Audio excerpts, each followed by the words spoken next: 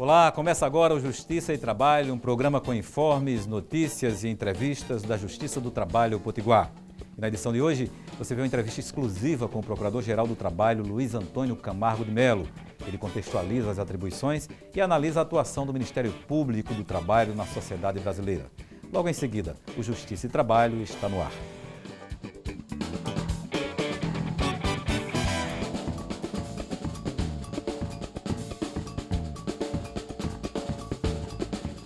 As instituições públicas brasileiras têm buscado se aproximar cada vez mais da sociedade com transparência e clareza. Oferecer serviços com base nos princípios que orientam a administração pública é obrigação de todo o órgão público. Quem está conosco para falar sobre o Ministério Público do Trabalho do país é Luiz Antônio Camargo de Melo, Procurador-Geral do Ministério Público do Trabalho no Estado brasileiro. Procurador Luiz, muito obrigado pela sua presença aqui no nosso Justiça e Trabalho. Eu é que agradeço, é um prazer enorme participar do programa Justiça e Trabalho. Doutor Luiz, do ponto de vista da sociologia do direito, digamos assim, começando com uma panorâmica, né? Do ponto de vista da sociologia do direito e da antropologia, ou seja, a partir da formação do povo brasileiro, de uma maneira geral, como é que o senhor contextualiza atualmente as relações de trabalho no país, ou as relações entre capital e trabalho, né? Olha, uma observação muito interessante, né? Nós temos um eterno conflito, não há como negar. Conflito entre capital e trabalho é a própria mola propulsora do sistema capitalista de produção, né? E dentro deste conflito, o papel do direito do trabalho e dos profissionais do direito do trabalho, como nós do Ministério Público do Trabalho e também os juízes do trabalho, né, da magistratura trabalhista, tem um papel muito importante, porque nós não podemos deixar de fazer cumprir com a legislação e também observar os princípios informadores do direito do trabalho. Mas nós também não podemos nos desligar, né, e deixar de acreditar que o nosso papel é também um papel de mediador.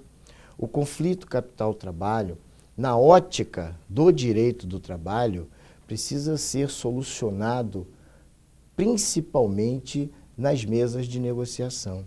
É por isso que eu tenho um carinho muito grande pelo direito coletivo do trabalho e gostaria muito de ver, né, uma estrutura sindical mais avançada, porque acredito que está mais próximo da índole do povo brasileiro, né, de ter entidades que são efetivamente representativas, diferente do sistema que nós temos hoje, que, do meu ponto de vista, não atende satisfatoriamente os anseios da nossa sociedade.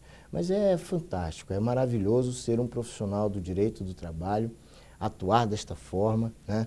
E principalmente, né, ser um membro do Ministério Público do Trabalho com as atribuições que nós temos e que nós temos que agradecer ao legislador constituinte de 88 que elevou o Ministério Público do Trabalho a esse padrão, né, que nós nos encontramos hoje. Pois é, e é exatamente isso aí, nesse contexto, qual é o papel do Ministério Público do Trabalho, qual a tarefa, a incumbência do MPT na sociedade brasileira?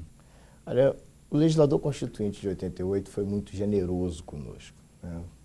Esse legislador nos transformou em um grande escritório de advocacia, de defesa da sociedade, de defesa do direito social, né? E o Ministério Público do Trabalho tem cumprido com essa determinação, tem atendido a essa vontade do legislador constituinte de 88. Nós temos uma atuação marcante quando se trata de erradicar o trabalho escravo contemporâneo. Eu mesmo tenho uma trajetória dentro do Ministério Público do Trabalho de atuação nesta área. Nós temos uma trajetória também muito firme no que concerne a erradicação do trabalho infantil, área em que eu também gosto muito de atuar. Nós agora estamos construindo uma ponte, né, com as entidades sindicais, também é uma área que eu tenho interesse, né, a área da promoção da liberdade sindical. Nós trabalhamos para eliminar todas as desigualdades, toda e qualquer discriminação no ambiente de trabalho, né? E nós temos tido ultimamente uma atuação que eu considero das mais relevantes na nossa instituição, que é uma verdadeira investida para garantir um ambiente de trabalho seguro, saudável, né? E eliminar esses agentes agressores que mutilam os trabalhadores, que tiram a capacidade laborativa de muita gente, o que faz com que um número muito grande de pessoas, né, acabe parecendo como verdadeiros mortos-vivos, porque já que não conseguem contribuir para a sociedade, não conseguem desenvolver suas atividades, acabam se entendendo como pessoas que não contribuem e que talvez se sintam até envergonhados, né, de continuar fazendo parte da sociedade na medida em que não podem mais contribuir efetivamente com a sua força de trabalho. Doutor Luiz, o senhor como Procurador-Geral do Trabalho, certamente o senhor tem viajado por esse continente imenso que é o Brasil, ou esses imensos Brasis, né? E a realidade de cada região é diferente uma da outra. Por exemplo, o estado, as regiões norte têm uma incidência muito grande de trabalho escravo, né? Como é que o senhor analisa, por exemplo, o atual cenário do Ministério Público do Trabalho nessas diferentes regiões do país? O Brasil é um país maravilhoso. É muito interessante, né? E eu agradeço a minha instituição, eu agradeço ao Ministério Público do Trabalho, eu agradeço aos meus colegas, membros do Ministério Público do Trabalho, que me levaram ao cargo de Procurador-Geral, né? Procuro exercer da melhor forma possível. Mas o exercício já anteriormente de Coordenador Nacional de Erradicação do Trabalho Escravo e o exercício hoje do cargo de Procurador-Geral do Trabalho me fizeram viajar pelo país inteiro. Seja fazendo operações de resgate de trabalhadores, seja enfrentando o trabalho infantil, que está muito imbricado com o trabalho escravo contemporâneo, né? As crianças que vão precocemente ao mercado de trabalho acabam sendo, anos depois, resgatadas como trabalhadores mantidos em condições análogas a de escravos.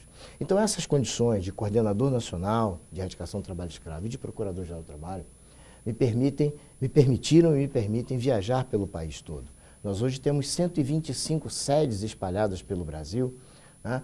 E aí nós podemos ver essa enorme diversidade cultural. Você chega em uma determinada cidade e experimenta um prato da culinária local, depois você viaja 800, 1000 quilômetros e aí você tem a oportunidade de experimentar novos pratos, né, completamente diferentes. O modo de falar das pessoas, né? A forma como as pessoas trabalham, como desenvolvem suas atividades, as atividades que são mais importantes em um lugar, as atividades que são mais importantes em outros, as fraudes, as ilegalidades, né, que nós enfrentamos. Exploração do trabalho escravo, infantil. Sim. Veja, a questão do trabalho escravo, por exemplo, nós tínhamos uma atuação muito firme e muito voltada ao enfrentamento do trabalho escravo na área rural. Agora, nos últimos anos, nós temos tido inúmeros casos, e casos inclusive de repercussão internacional de trabalho escravo na área urbana. Alguns anos atrás, nós não tínhamos essa experiência, nós não recebíamos essas denúncias, né? O enfrentamento do trabalho escravo contemporâneo é coisa que vem acontecendo nos últimos 10 anos, né? O trabalho escravo contemporâneo na área rural, eu já apurei em 1992 no interior do estado do Rio de Janeiro. Então, quer dizer, é uma experiência fantástica, né? E o Ministério Público do Trabalho tem se aproximado da sociedade, tem buscado estar presente no dia a dia da sociedade para receber as denúncias, investigar e propor as medidas cabíveis para eliminar essas desigualdades, essas ilegalidades que nós temos conhecimento. Ok, doutor Luiz, nós vamos só precisar fazer um breve intervalo e dentro do instante nós continuamos a conversar aqui com o Procurador-Geral do Trabalho do país, Luiz Antônio Camargo de Mello. Um minuto, nós voltamos.